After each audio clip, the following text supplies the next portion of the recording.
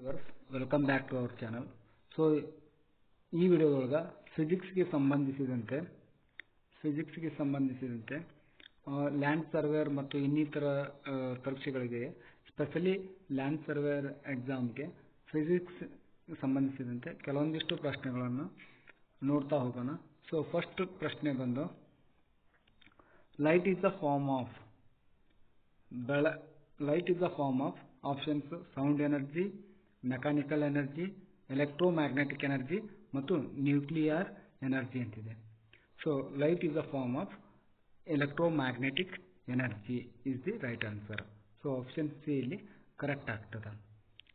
So next question, the speed of light in vacuum ಒಳಗ ಅಂದ್ರೆ ನಿರ್ವಾತ ಪ್ರದೇಶದೊಳಗ ಲೈಟ್ನ ಸ್ಪೀಡ್ ಎಷ್ಟು ಇರುತ್ತದೆ? ಸೊ ಆಪ್ಷನ್ಸ್ ಇಲ್ಲಿವೆ. 300 ಮೀಟರ್ ಪರ್ ಸೆಕೆಂಡ್ ಇದೆ, 3 × 10⁸ ಮೀಟರ್ ಪರ್ ಸೆಕೆಂಡ್ ಇದೆ, 3 × 10⁶ ಮೀಟರ್ ಪರ್ ಸೆಕೆಂಡ್ ಮತ್ತು 3000 ಮೀಟರ್ ಪರ್ ಸೆಕೆಂಡ್ ಇದೆ. ಸೊ ಲೈಟ್ ವ್ಯಾಕ್ಯೂಮ್ ಒಳಗ 3 × 10⁸ metre per second, option B is the right answer. So next question, light travels in, ಬೆಳಕು ಯಾವ ರೀತಿ ಚಲಿಸ್ತದೆ? ಸೊ ಯಾವ ರೀತಿ ಚಲಿಸ್ತದೆ? ಆಪ್ಷನ್ಸ್ ಜಿಗ್ಜಾಗ್ ಪಾತ್ ಅಥವಾ random path, circular path, straight line and option D random path. So ಬೆಳಕು ಯಾವಾಗಲೂ ಅದು ಸ್ಟ್ರೇಟ್ ಲೈನ್ ರೀತಿ ಬೆಳಕು light travels in straight line. So option C is the right answer. And next question, that is question number 4, which phenomenon shows that light is a wave? ಯಾವ ಒಂದು ಫೆನಾಮಿನಿಂದ light wave ಅಂತ consider ಮಾಡ್ತೀವಿ? Light wave ಅಂತ ಫೆನಾಮಿನ್ shows that ಯಾವ ಒಂದು ಫೆನಾಮಿನಿಂದ light wave ಅಂತ ಹೇಳ್ತೀವಿ?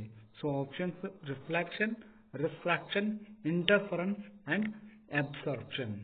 ನಾವು ಲೈಟ್ ವೇವ್ ಅಂತ ಹೇಳುವುದಾದ್ರೆ ಯಾವ ಒಂದು ಫೆನಾಮಿನಿಂದ ಹೇಳ್ತೀವಿ ಅಂದ್ರೆ ಅದು ಇಂಟರ್ಫರೆನ್ಸ್ ನಿಂದ ಲೈಟ್ ವೇವ್ ಅಂತ ಹೇಳ್ಬೋದು.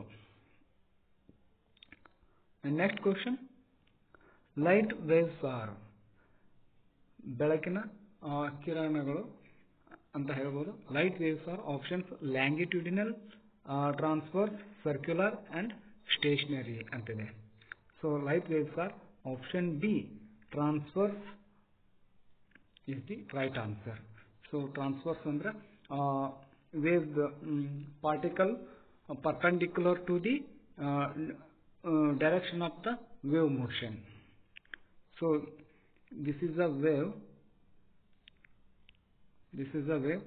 The particle vibrates to the perpendicular to the direction of the wave motion. So particle goes up and down, but wave propagates to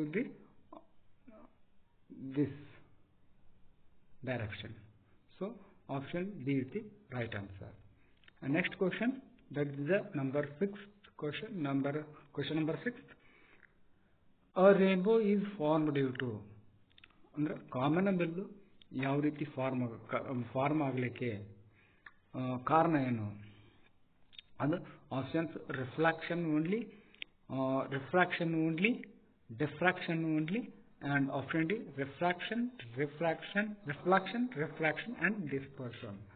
So rainbow form ಆಗಲಿಕ್ಕೆ ಆಪ್ಷನ್ ಡಿ ರಿಫ್ರಾಕ್ಷನ್ ಬೇಕು, refraction and dispersion, ಇವು ಮೂರಿಂದ rainbow form ಆಗ್ತಾವ. And next question, that is question number 7, which device is used to show interference of light? ಯಾವ ಒಂದು ಉಪಕರಣದಿಂದ ನಾವು interference of ಲೈಟ್ನ ಶೋ ಮಾಡ್ಬೋದು? Show interference of light. So microscope, telescope, Young double slit setup and barometer. ನಾವು ಇಲ್ಲಿ option C is the right answer. Young double slit setup ಇಂದ ನಾವು ಇಂಟರ್ಫರೆನ್ಸ್ ಆಫ್ ಲೈಟ್ನ ಶೋ ಮಾಡ್ಬೋದು, use to show the interference of light. So option C is the right answer. And next question, that is number 8. This is the last question. Light shows a particle nature in ಯಾವೊಂದು phenomenon ಮುಖಾಂತರ light particle nature ಅಂತ ನಾವು ಹೇಳ್ಬೋದು. Options refraction, diffraction, photo electric effect and interference. So ಇಂದಿನ question ನೋಡ್ಕೊಂಡು light is a wave.